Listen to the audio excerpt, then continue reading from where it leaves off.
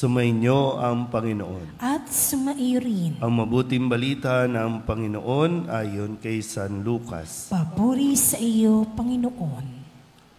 Noong panahong iyon, sinabi ni Jesus sa kanyang mga alagad, "Maging handa kayo at sindihan ang inyong mga ilawan. Tumulad kayo sa mga taong naghihintay sa pag-uwi ng kanilang Panginoon mula sa kasalan, para pagdating niya ay mabuksan agad ang pinto. Mapalad ang mga alipin na abutang nagbabantay pagdating ng kanilang Panginoon. Sinasabi ko sa inyo, maghahanda siya, padudulugin sila sa hapag at maglilingkod sa kanila. Mapapalad sila kung maratnan niya silang handa, dumating man siya ng hating gabi o madaling araw siya dumating." Ang mabuting balita ng Panginoon. Pinupuri ka namin, Panginoong Hesukristo. Isang magandang umaga po sa inyong lahat.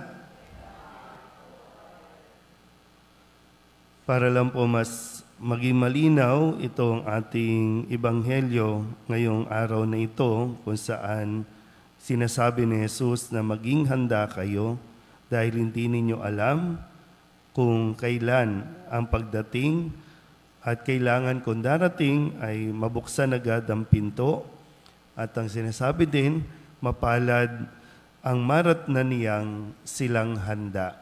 Kahapon, kasi ito po ay pagpapatuloy lang din, sinabi ni Jesus yung isang talinghaga o isang kwento doon sa isang tao na lumapit sa kanya tungkol nga sa idinudulog niya na sabihan yung kapatid niya na ibigay yung, sa kanya yung kanyang mana.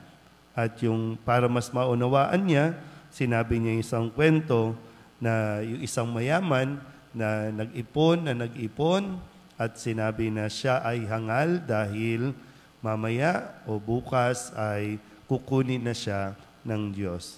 O kanino mapupunta ang lahat ng kanyang ari-arian. Kaya ngayon sa pagpapatuloy ay sinasabi na maging handa kayo. Hindi ninyo alam kung kailan ang pagdating ng Panginoon, pero ang sinasabi lang, mapalad ang maratnan na siya ay handa. Dumating man ng hating gabi o madaling araw. Lahat ay may katapusan, lahat ay magwawakas. Kahit ang katabi ninyo, isa man sa atin dito, pwedeng maglaho nang hindi natin alam kung kailan. Ang sinasabi lang lagi ay maging handa kayo. Magkaiba po yung nag-a-anticipate tayo kaysa doon sa nagiging paranoid tayo araw-araw. Pag sinabi maghanda, ay yung hindi mo sasayangin yung bawat araw, bawat oras ng iyong buhay. Sayang kasi. Hindi natin alam, bigla tayong ma-aksidente, bigla tayong may mangyayari sa atin. Hindi nga natin alam, bigla akong malilipat. Pero yun, parang sinasabi ko lagi, okay ba lahat ng kailangan dito? Okay ba yung mga finances dito? Okay ba ito? Kasi hindi natin alam kung kailan. And then, dumating nga itong announcement na lipat. So, hindi tayo magkakraming, hindi tayo matataranta, hindi rin tayo magugulat. Pero lalo na, pagdating sa buhay, minsan may mga tao sa buhay natin na hindi natin iniisip, hindi natin inaasikaso, hindi natin binibigyan ng panahon. Bukas pwedeng wala na yan. At doon tayo laging nabubulaga.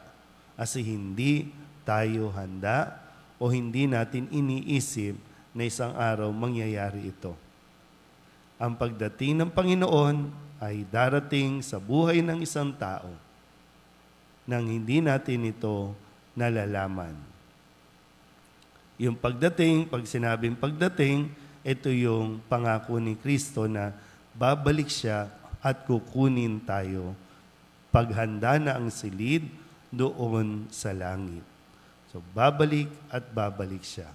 Pwedeng 10, pwedeng 20, pwedeng solo ka lang nakukunin. Pero maging handa tayo. At sa mga susunod na mga araw, susunod na linggo, uulit-ulitin ito sa atin, maging handa tayo. Mas mainam na natanggapin natin ito kaysa makipaglaban pa tayo na ayaw mo, ayoko, kaya tamad-tamaran ka, ayaw mo mag-effort, ayaw mong isipin, ayaw mong maghanda.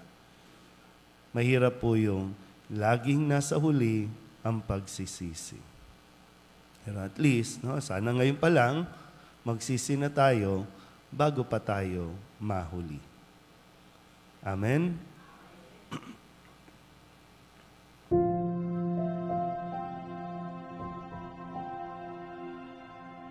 Thank you.